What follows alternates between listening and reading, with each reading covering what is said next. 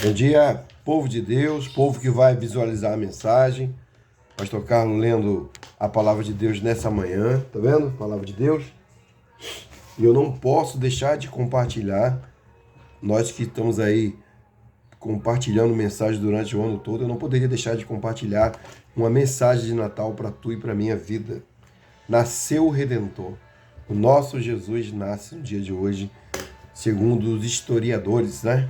Embora entendamos que o Natal não foi em dezembro era inverno em Belém e os pastores não poderiam estar ali. Mas pouco importa, importa que hoje se comemora o nascimento de Jesus. Eu queria te desejar um feliz Jesus. Ué, feliz Jesus, feliz Natal. Jesus é o Natal. E interessante, depois você compartilha a mensagem, se assim for do teu coração, mas veja até o final, que é algo de Deus para a tua vida nessa manhã ainda, né?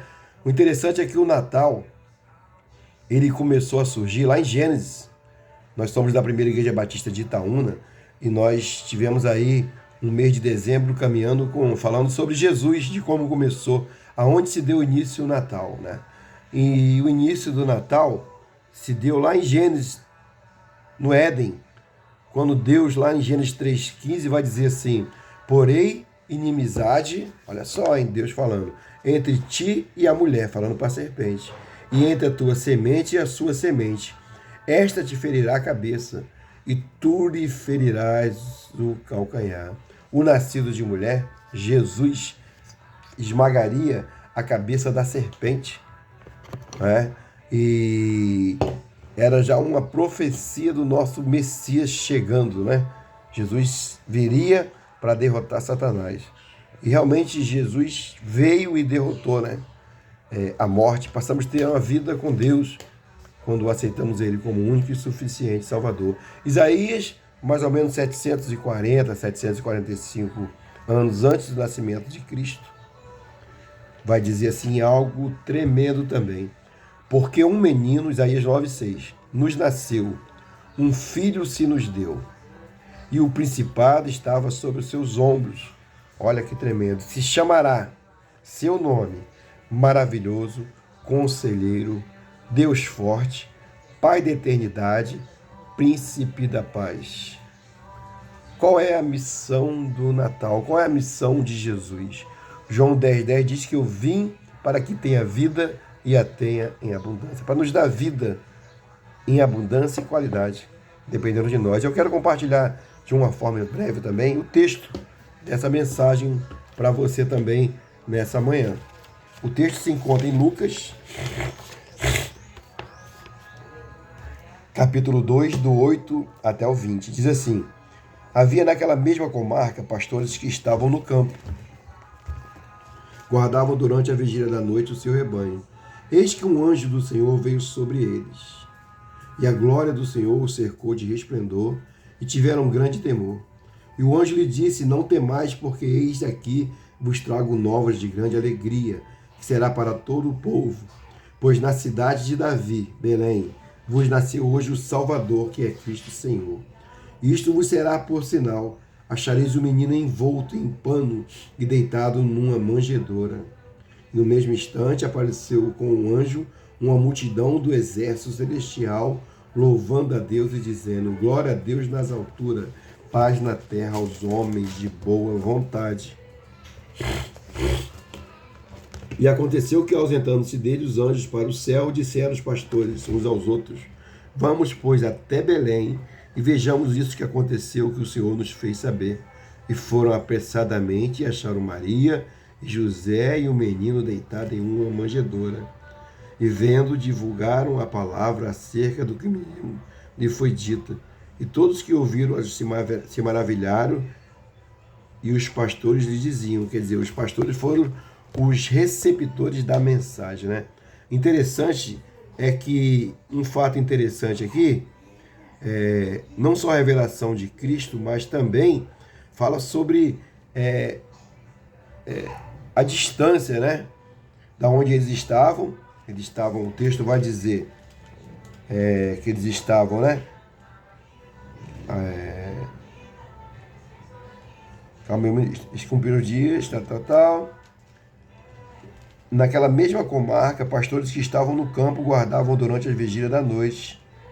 E o anjo então vai dar a notícia para eles, né? Pois na cidade de Nazaré, a Judéia, né?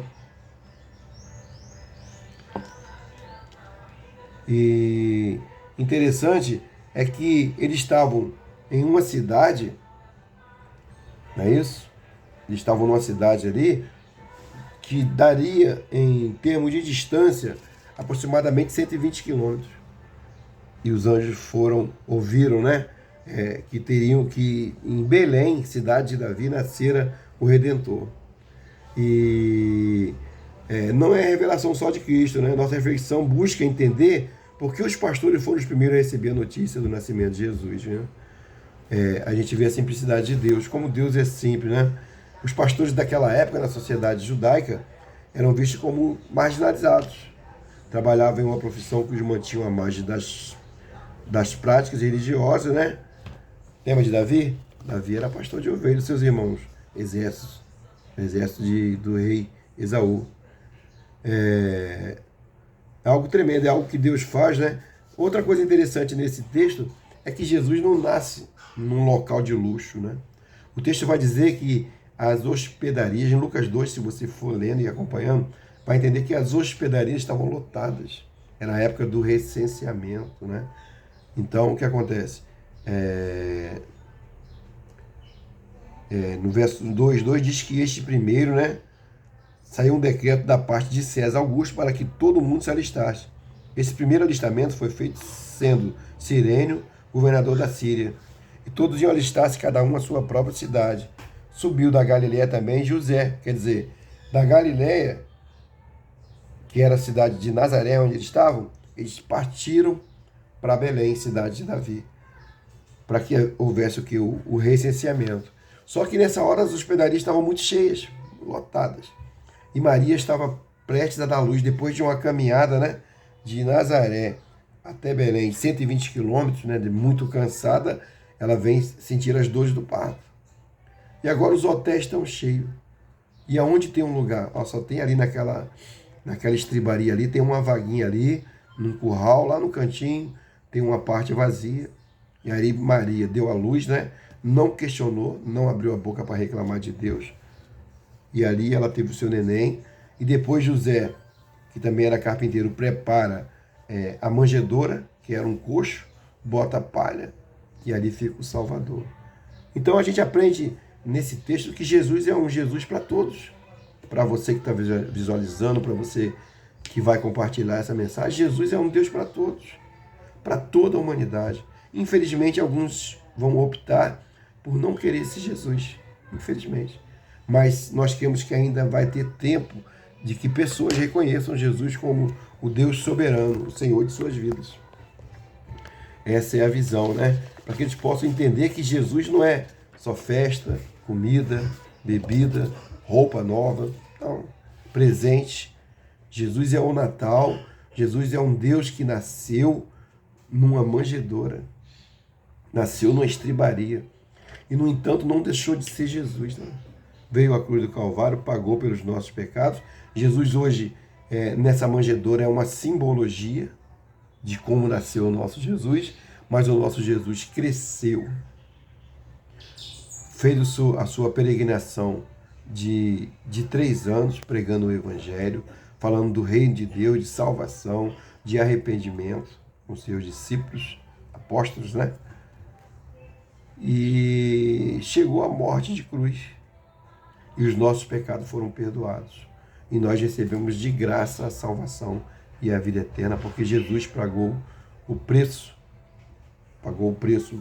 para que nós tivéssemos a vida eterna. Então Jesus se fez homem, 100% homem, se fez 100% Deus, né?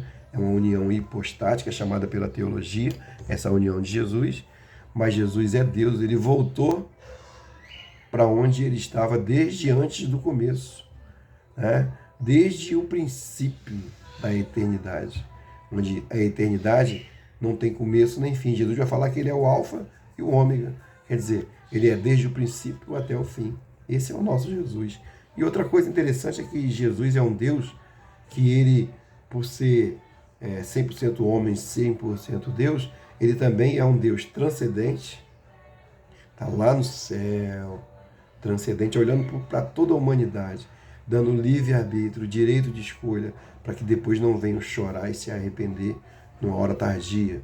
E também um Deus imanente, um Deus que está no meio do povo, um Deus que diferente do Antigo Testamento, onde para se falar com Deus precisava de um sumo sacerdote e era uma vez por ano.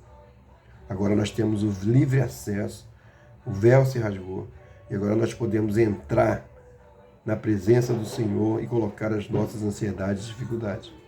Para isso, é preciso aceitar Jesus como Salvador, entender que o nascimento de Jesus, a morte e a ressurreição não foi em vão. Que Deus,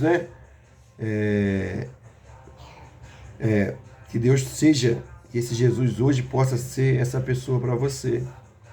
Porque tudo foi plano de Deus desde o início, desde o Éden, né? A gente pode pontuar 4 coisas interessantes para a gente fechar o nosso sermão, talvez o último desse ano, Deus sabe, eu não sei. Primeiro fato importante é que apareceu a luz das nações, anunciado por Isaías. Jesus é a luz da nação.